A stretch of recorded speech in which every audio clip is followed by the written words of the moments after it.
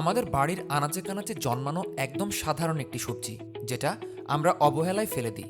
সেই জিনিসটাই বিদেশে বিক্রি হচ্ছে সোনার দামে। বিশ্বাস হচ্ছে না?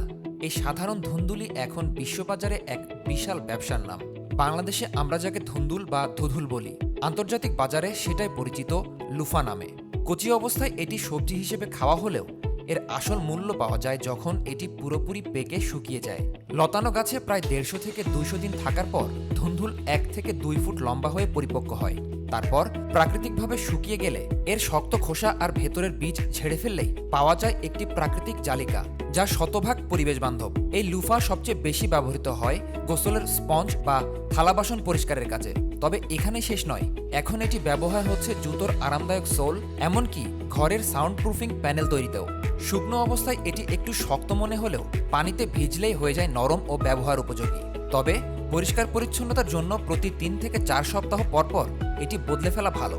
সবচেয়ে অবাক করা বিষয় হলো, আন্তর্জাতিক বাজারে একটি অর্গানিক লুফার দাম 350 টাকা থেকে 1200 টাকা পর্যন্ত হয়ে থাকে।